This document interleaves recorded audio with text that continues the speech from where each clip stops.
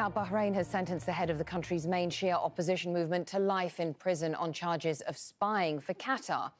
Two other senior figures from the same party were also jailed for life alongside Sheikh Ali Salman, who led protests against the Sunni government in 2011. Well, it comes months after the High Court acquitted the three men of colluding with the rival Gulf state. Bahrain, along with Saudi Arabia and the United Arab Emirates, severed all ties with Qatar in 2017. Well, Sheikh Ali Salman was leader of Bahrain's largest Shia opposition group, Al-Wafaq. It was outlawed and ordered to be dissolved in 2016 as part of a crackdown on dissent in the kingdom. Bahrain has a Shia majority but is ruled by a Sunni monarchy. Rights groups say the charges against him are politically motivated. Salman is already in jail after being arrested in 2015. He's currently serving a 4-year sentence on charges of inciting hatred and insulting the Interior Ministry. Well, joining me now in the studio is rights activist Syed Ahmad Al-Wadai from the Bahrain Institute for Rights and Democracy, who lives in exile here in London. Thank you very much for coming in to speak to us. So what do you think prompted this court ruling now after Sheikh Ali Salman was acquitted of these charges? It was a little bit shocking to see, like, from acquittal to life sentence. And if it does tell you anything, it's a revenge sentence, because Sheikh Ali Salman was a key figure which led one of the most popular uprisings in Bahrain's recent history, and therefore he was severely punished by the Al Khalifa ruling family. And this is just basically a justification to keep him as long as they want. This is not a justice system. Basically, this is a system of injustice, and it's a very blatant, clear persecution against one of the most leading opposition figures in the country.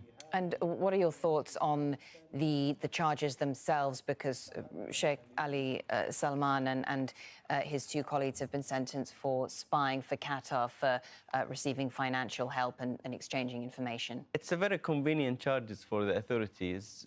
I mean, since 2011, those seems to be like the norms. Before I heard the Bahrain foreign minister was welcoming the Qataris' efforts back into 2011, resolving and attempting to resolve the situation, the political crisis, and so on.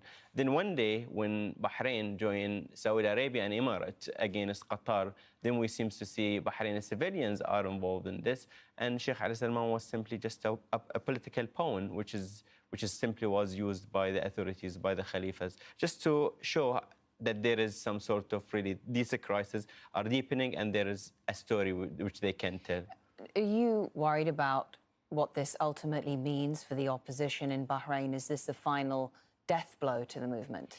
It was clear. I mean, since all the political leaders are in prisons, all those human rights advocates such as Nabil Rajab and whoever basically stand up and stood up against the authorities is making very blatant and clear message, crystal clear message, that there is no way of dissidence against the ruling family. No one should be dared to speak about democracy. No one should be dared to speak about the human rights. And if you do so, you will get the fate of Sheikh Ali Salman and others.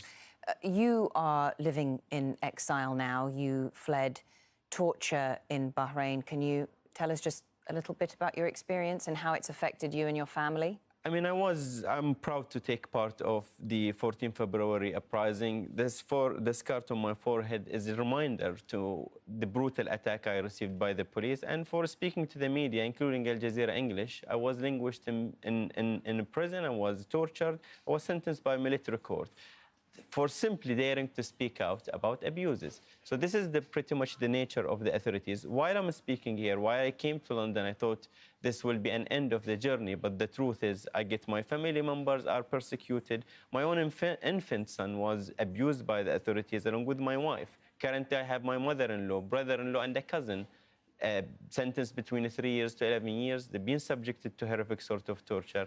And this time, this torture is even more painful than the torture I myself endured. Is because they're coming after the one which I love, and this is how they wanted to punish.